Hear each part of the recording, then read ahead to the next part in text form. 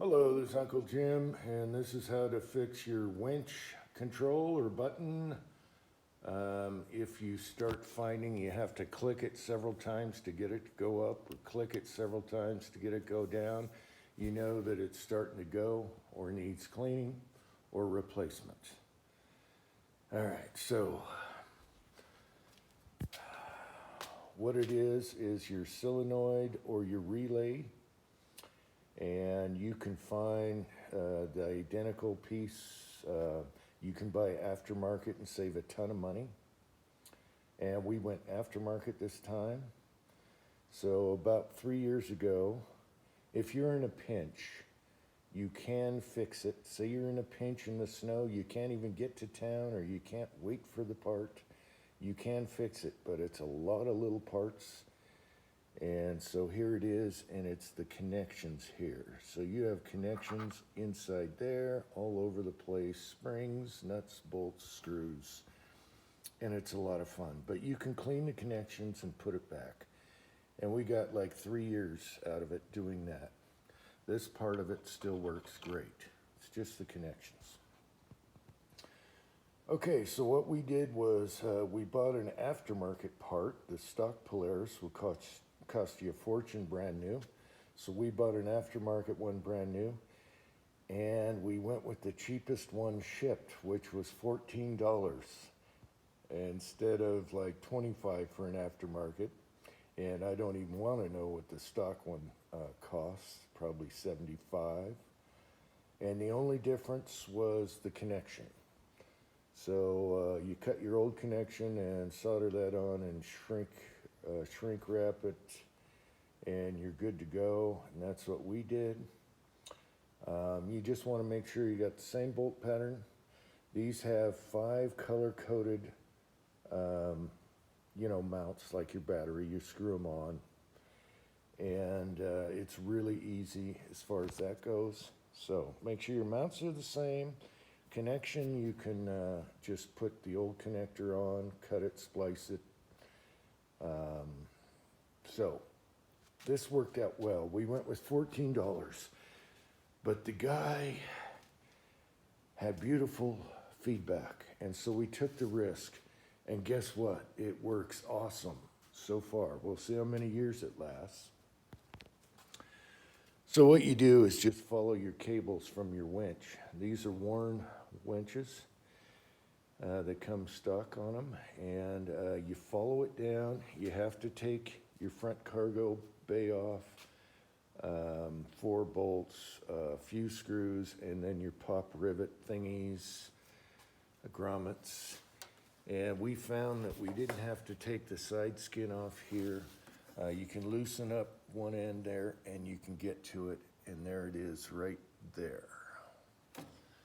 My son already put it on while I was taking a nap. I wanted to show this being installed, but I think he likes to wait till I take a nap, so I'm not hovering and giving advice. I don't understand why. So anyway, hook that up. All we got to do is throw this back together. It works great, and it was $14. So there you go. And you'll know when yours is going out. If you have to click it a few times to get it to go up, click it a few times to go down, play with it, son of a bitch, and all that. And I got sick of that last year, and so it's time, and I'm glad we got her done. All right, this is a 2006.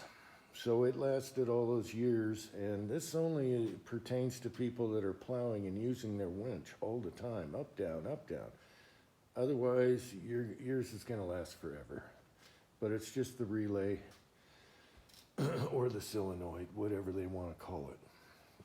All right, this is 2006 800, and I know it was used a lot with the plow because he had a plow, but he wouldn't sell it to me, which was a bummer. So I had to go find another plow. A lot of people have no use for them, and they're just sitting outside or whatever. So I found one cheap. It is a Polaris, but it was for a different Polaris. It was the right size. So we manufactured a mount to fit mine on this. And the beauty of that was This modified one, the blade comes way up. So I can get over snowbanks and turn around, and I can bring that blade way up versus a factory, which is really nice. These are heavy duty. They really do make a good plow. All you do is pull up to it, it clicks in, and you're good to go. And it goes all the way down the frame. So that is nice, but it won't go up as high. So this one does have a good purpose.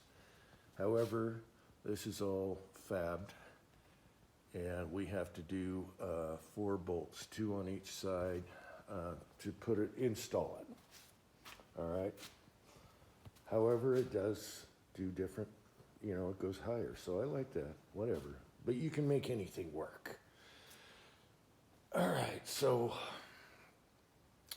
it's about a half-hour job because you got to take some of the skins off or whatever and then unscrew that and install it, but it's not that big of a deal. Okay, so let's see, this one's a 2005 700, and it's fine. The winch, no issues, whatever, and it was used to plow. Okay, now, the good and the bad about Polarises. Polarises want to sell you their own oil, which is a secret. They won't tell you, and their differential and all the lubricants. Well, you can cross-reference and use your own cheaper, way cheaper. We use synthetic.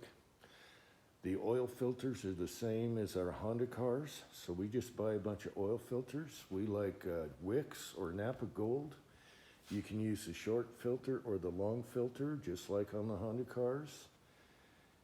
Just a little more oil on the long filter. I prefer the long filters. They're easier to take on and off. Use your own oil and lubricants. You don't need Polaris overpriced stuff. They use Harley batteries, so they're super easy. Get them anywhere. Let's see, I got one right here. All right, they're sealed, they're foam, you can flip them, they won't leak. So that's good. Now, the idiosyncrasies on these things, at least the big ones here, is the gas gauge always starts flickering and goes out on you because the float is screwed up in the gas tank, and that's hard to get to. So we can fix it. You got to take the tank off, which is a pain in the butt. Or you just do old school and check your gas. It ain't got gas in it. So it's not hard to unscrew the cap and check your gas. So that's all right. The rear brake here that only controls the rear brake needs maintenance often, and you have to bleed them, fill them, and play with them, and over the years they go bad on you.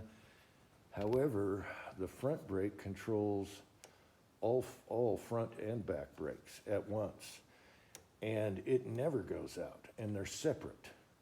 Even though this is using the rear brake and that's the rear brake, they use a separate line, so that's good.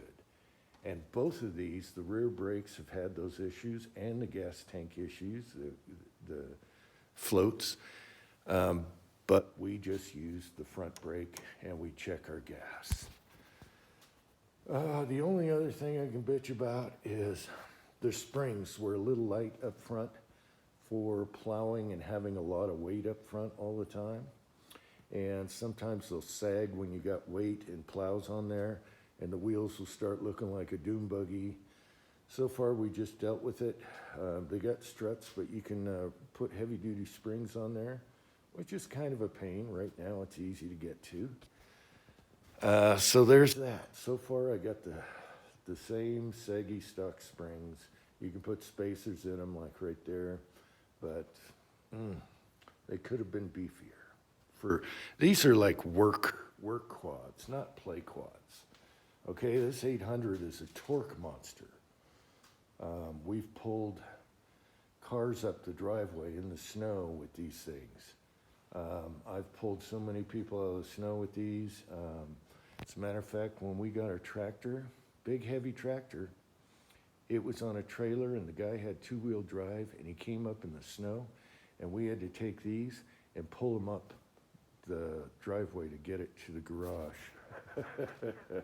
So they are monsters in the snow. Of course, you have your all-wheel or two-wheel option here. The lights are very good.